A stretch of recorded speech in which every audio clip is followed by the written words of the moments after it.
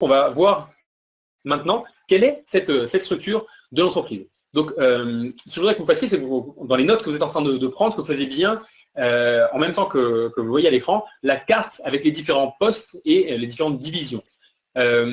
Attention, je précise, je parle bien de poste ou de rôle, je ne parle pas de personne.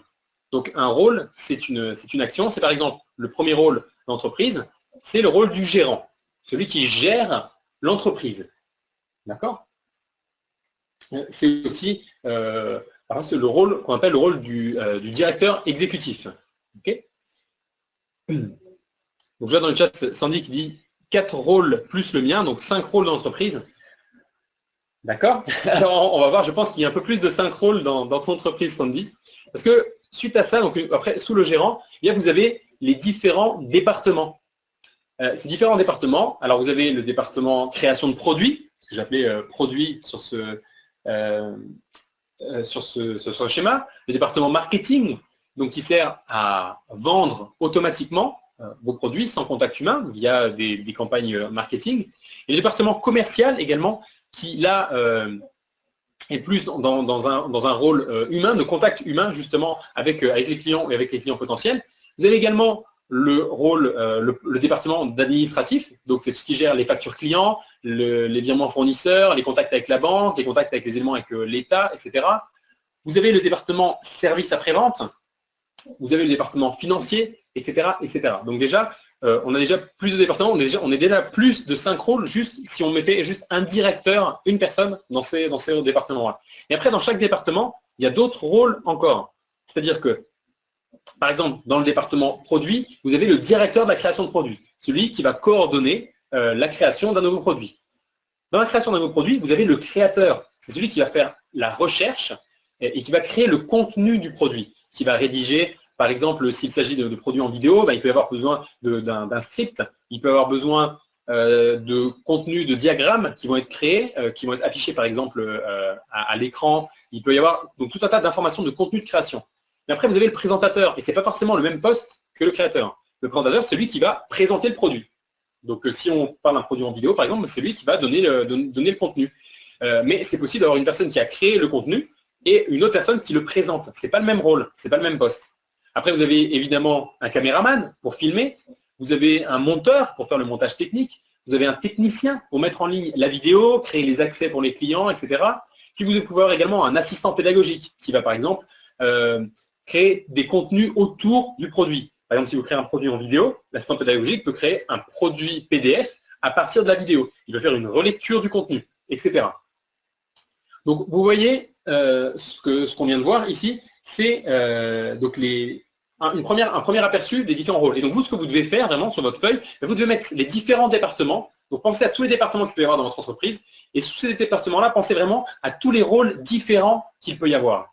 Et donc là, vous allez avoir un organigramme assez énorme. Donc, normalement, vous devriez tourner autour de 50 à 60 postes, d'accord, pour votre entreprise.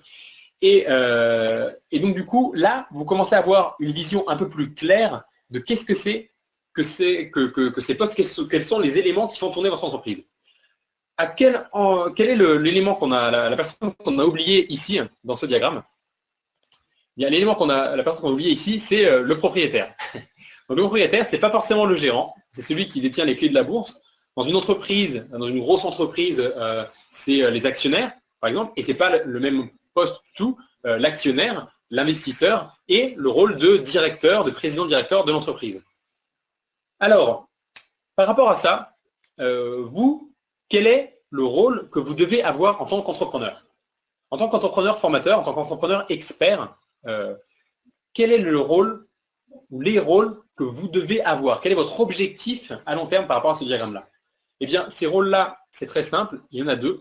Vous avez le rôle de propriétaire de l'entreprise et le rôle de créateur. C'est pour ça que vous êtes lancé votre entreprise. Si vous êtes formateur, si vous êtes expert, c'est pour partager du contenu, vous allez créer le contenu. C'est les deux rôles que vous devez avoir au maximum à terme. Si vous êtes dans une entreprise, vous ne créez pas vous-même le contenu, ou vous vendez des produits, mais ce n'est pas vous qui êtes au niveau de la création, bah vous pouvez après avoir quelqu'un qui va créer ces produits-là et vous cantonner au poste de propriétaire. Le propriétaire, c'est celui qui va donner la direction. On y reviendra un peu plus en détail tout à l'heure sur les différentes actions à ce niveau-là. Donc maintenant, vous avez les rôles, vous avez fait votre plan. Maintenant, on va passer aux personnes. Donc, je dis au début, il faut faire la différence entre les rôles et les personnes. Donc maintenant, il faut que vous regardiez pour chaque rôle qui actuellement fait la tâche qui correspond à ce rôle-là, qui actuellement est le directeur de création de produit, et le créateur du produit, et le présentateur. Alors, très certainement, si vous êtes tout seul dans votre entreprise, vous allez mettre vous êtes moi partout. Si vous avez déjà une ou deux personnes qui travaillent pour vous, là, vous allez peut-être avoir une répartition un tiers dans ce diagramme-là. Et ça vous permet d'avoir déjà une vision plus claire de votre entreprise. Vous devez être le propriétaire, vous devez être le capitaine du bateau entreprise.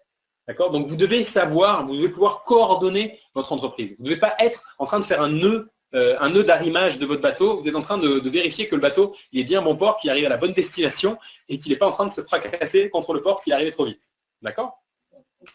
Et donc, du coup, pour faire ces autres tâches, eh bien, il vous faut une équipe. Et cette équipe, c'est important que ce soit une équipe qui vienne pour vous aider à faire grandir votre business, pour vous aider à faire grandir votre entreprise. Et donc, du coup, eh bien, pour cela, je vais accueillir maintenant un autre membre de l'équipe du marketeur français, un autre membre de l'équipe, qui est donc Clarisse. Donc, Clarisse qui va nous rejoindre. Donc, bonjour Clarisse, bienvenue. Hello, bonjour. Donc, Clarisse est directeur financière au sein de la Société du marketeur français. C'est un peu, entre guillemets, la femme invisible des chiffres, celle qui les triture pour les faire parler et pour permettre à l'équipe et à Sébastien de prendre des décisions judicieuses et stratégiques pour l'avenir. Donc, c'est vraiment un rôle extrêmement important et Clarisse va nous en parler justement maintenant plus en détail. Est-ce que ça va pour cette petite présentation, Clarisse? Est-ce que tu es d'accord avec ça? Oui, ça me va très très bien, c'est tout à fait ça.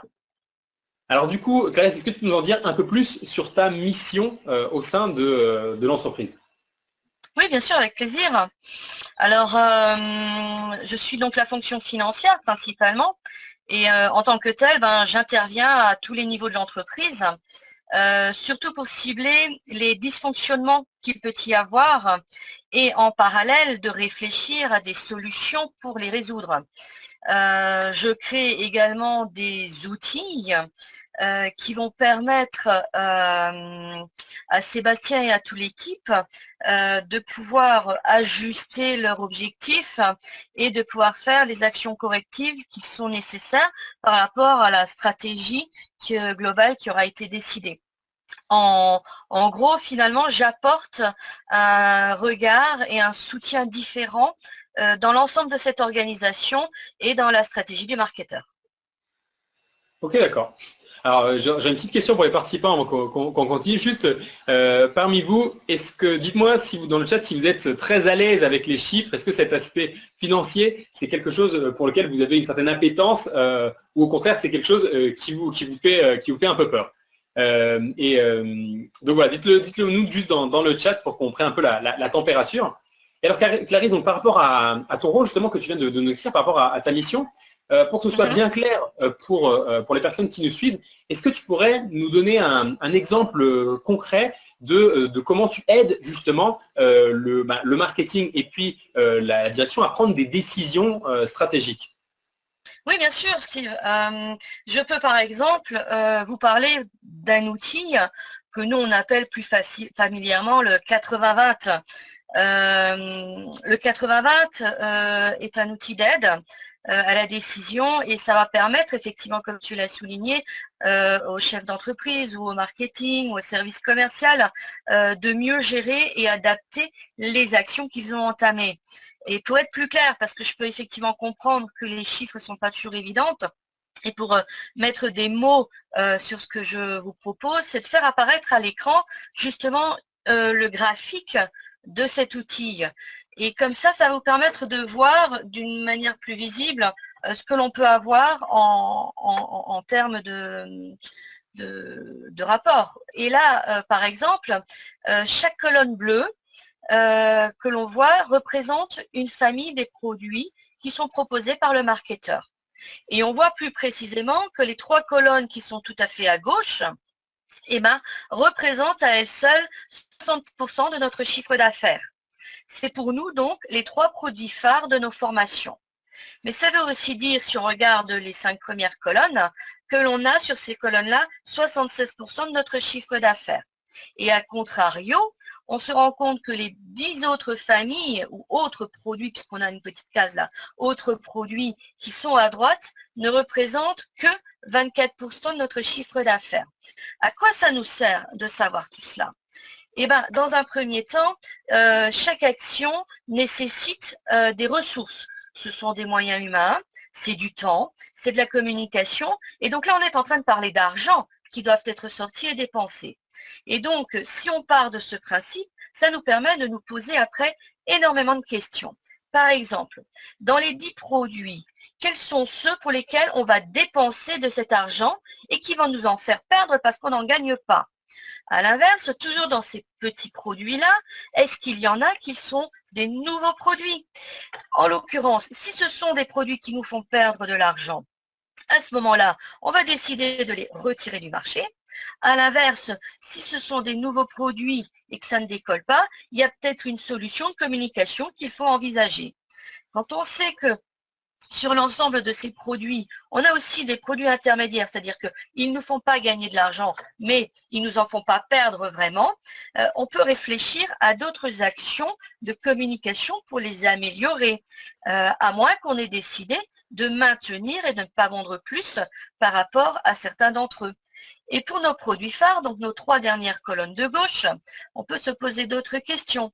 Est-ce qu'on peut estimer leur durée de vie? Est-ce qu'ils sont en phase de croissance? Est-ce qu'ils ont atteint leur seuil de maturité? Et si on a répondu à ces 3 questions-là, on peut aussi décider, le marketing peut aussi après décider de changer la communication, le moyen de communication. Est-ce qu'on le maintient? Est-ce qu'on le réduit? Est-ce qu'on cherche à n'obtenir que ce chiffre d'affaires-là prévu? Donc, voilà, c'est un outil qui permet de démontrer, qui permet de voir où gérer notre stratégie.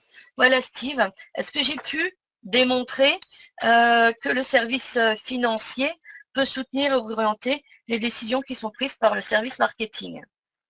Je pense que ça paraît très clairement, Clarisse, effectivement.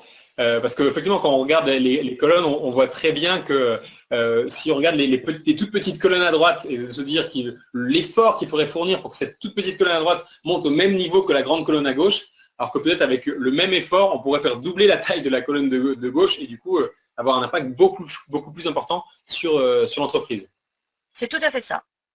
Merci beaucoup, Clarisse, pour cette intervention. Merci. Alors Clarisse reste présente encore avec nous pendant la conférence, hein, tout comme Olivier qui est encore présent avec nous. Donc si vous avez des questions par rapport aux membres qui interviennent, par rapport à leur poste, à leur rôle, c'est des questions spécifiques par rapport à ça, n'hésitez surtout pas à les poser dans le chat et on les transmettra pour qu'ils puissent revenir et intervenir et répondre à ces questions-là pour vous. D'accord? Mais du coup, ce qu'on remarque vraiment, c'est que analyser ces chiffres, ça permet de prendre des décisions stratégiques capitales qui peuvent vraiment décider de la croissance forte de votre entreprise ou du fait que vous avez du mal, que vous galérez à faire grandir votre entreprise. Et donc, analyser ces chiffres permet vraiment de prendre des décisions stratégiques. Mais pour cela, ça demande du recul. Et c'est quelque chose qu'on ne peut pas faire quand on est tout seul et qu'on a la tête dans le guidon. D'ailleurs, alors je vois un commentaire dans le chat de Sandy qui me dit je suis à l'aise avec les chiffres sans plus, mais je préfère me focaliser sur la direction, les stratégies à venir.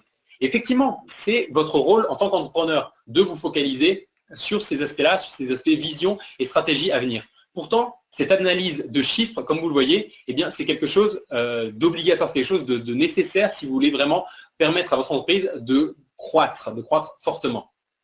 Donc, la gestion financière, ce qu'on vient d'aborder avec Clarisse, c'est quelque chose vraiment de fondamental. Et si pour vous, les chiffres, vous n'avez pas forcément une grande appétence par rapport à ça, si ça arrive, eh bien, Entrepreneur Libre, on vous donnera un système vraiment très simple pour vous aider à gérer vos finances.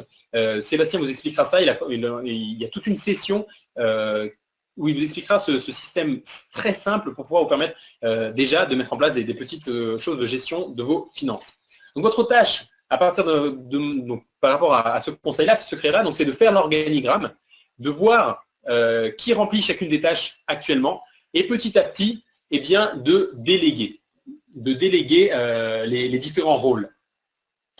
Alors maintenant, on va continuer donc avec le secret science parce que vous dites, bon, d'accord, on a le plan en tête, on a de quoi, on voit de ce qu'il faut déléguer, quelles sont les tâches que l'on veut enlever. On a fait un pas de plus, du coup, vers cet objectif d'être un entrepreneur libre. Donc, félicitations. Si vous avez fait votre organigramme, vous êtes déjà à un pas devant par rapport à énormément d'entrepreneurs qui n'ont vraiment pas du tout cette vision-là dans leur esprit.